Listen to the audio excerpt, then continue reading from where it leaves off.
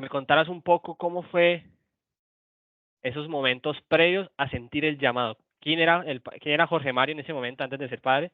Cuando empezó a sentir esos pequeños llamaditos y cómo fue que lo sentiste y cómo lo viviste y ya cómo tomaste la decisión de arrancar un proceso como tal de volverse sacerdote. Pero Jorge Mario Naranjo, el hermano menor con un hermano gemelo de una familia de 5 hijos, papá y mamá, una familia muy linda, unos hermanos que nos hemos querido mucho, unos papás muy bellos, muy amorosos entre ellos, con nosotros y muy responsables. Estaba en un momento como de pelea conmigo mismo, con la iglesia, la religión, terminando mi carrera de Ingeniería de Geología en la Universidad Nacional, en la Facultad de Minas. Tenía un barcito de esto de trova cubana, de Pablo, Silvio, en ese entonces algo de popcito y rockcito, que Kraken, que Soda Stereo, que bueno, toda esa musiquita de la época de nosotros, con un socio, muchos conflictos con mi mamá en ese sentido, porque para ella pues como que un hijo pues tabernero no le cuadraba, muy de llegar tarde, fuera de eso trabajaba con una comercializadora de aceros en mis ratos libres porque lo representaba comercialmente, una novia que también absorbía tiempo, en ese entonces también era presidente de una barra de Nacional en la Tribuna de Oriental, cuando no existían las barras bravas.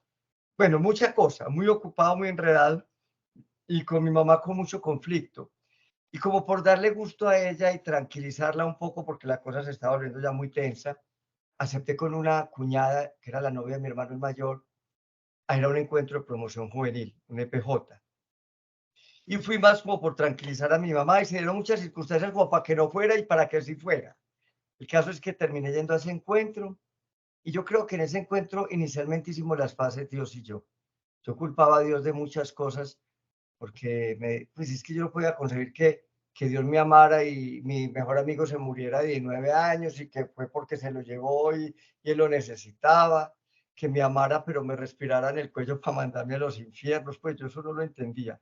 Y menos teniendo un papá como el que yo tuve, que me decía que Dios era papá y yo decía, pero si mi papá no era capaz de lastimarme, porque Dios sí. Allá entendí que muchas cosas que me han dicho eran muy de forma, de doctrina, pero que no obedecían a Dios. Mejor dicho, yo en ese retiro me sentí el hijo pródigo volviendo a los brazos del Padre. Yo me sentí revestido y llegué muy feliz de ese retiro, muy feliz. Y empecé a hacer el curso para hacerme guía de esos encuentros. Y me hice guía de esos encuentros. Y empecé ya más como más con las cosas de Dios, que la Eucaristía, que la oración, muy a mi manera. Y estando en eso, me invitaron, estamos jugando un partido de fútbol en una casa, en una universidad que queda al lado del Centro de Espiritualidad de los Carmelitas en Monticello, un partido de fútbol. Terminamos el partido, nos fuimos para la casa de una amiga, para la piscina, y ahí dijeron, este domingo va a haber una convivencia para ese pequeño grupo de encuentros, no para el mío. Y me fui, yo me pegué, y yo fui a esa charla de todo un día. Primero, yo tenía una concepción de los curas y de los seminaristas muy distintos. Vine a descubrir allá unos seminaristas normales y unos padres normales. Yo estoy en un colegio diocesano, entonces la forma que yo tenía de percibirlos era todos vestidos iguales, peinados iguales, hablando igual, y a mí como que no me cuadraba eso. Y una espiritualidad donde me reforzaron mucho lo de mi encuentro, porque todo el día fue hablar del amor de un Dios que nos ama. Yo quedé flechado con ese lugar. Entonces yo empecé a ir todas las semanas que había un encuentro, una Eucaristía. Iba a participar con otro grupo de laicos. Y ahí había unos seminaristas porque ahí eran los del primer año de seminario.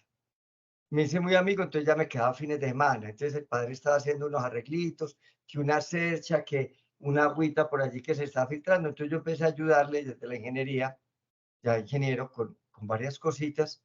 Y ya me quedaba fines de semana. Y para resumirte el cuento, yo empecé a sentir que de pronto yo servía para eso. Pero yo sentía que yo no tenía un llamado a defender una estructura eclesial, una figura de iglesia, sino a que muchos conocieran a través de mi vida el amor de Dios que yo añoré durante años, porque yo intuía que ese era mi Dios, el Dios del amor, y que yo sentía que muchas personas también estaban dándole la espalda a Dios o renegando de Dios o alejándose de la misma iglesia, porque el Dios que les presentaban era un Dios que para mí ha sido la fuente de mayor ateísmo dentro del cristianismo. del que se escandalizaron muchos hombres y mujeres a través de la historia. Y así fue como me dio por mandar la carta, a ver si de pronto me aceptaban. Y eso fue en el año 1993. Y hasta el día de hoy, en el Carmelo Descalzo. ¿Por qué Carmelita? Si me preguntaba ahorita, la verdad, Dios me puso en el lugar porque para mí todos los curas eran iguales. Yo no tenía distinción entre que jesuitas, que para mí todos eran curas. Dios no solo me regaló ese llamado en el corazón, sino que me dijo desde el principio, ¿dónde? Porque mucha gente tiene vocación para casados, pero no todos con el mismo novio, con la misma novia. Hay carismas y hay lugares para cada vocación.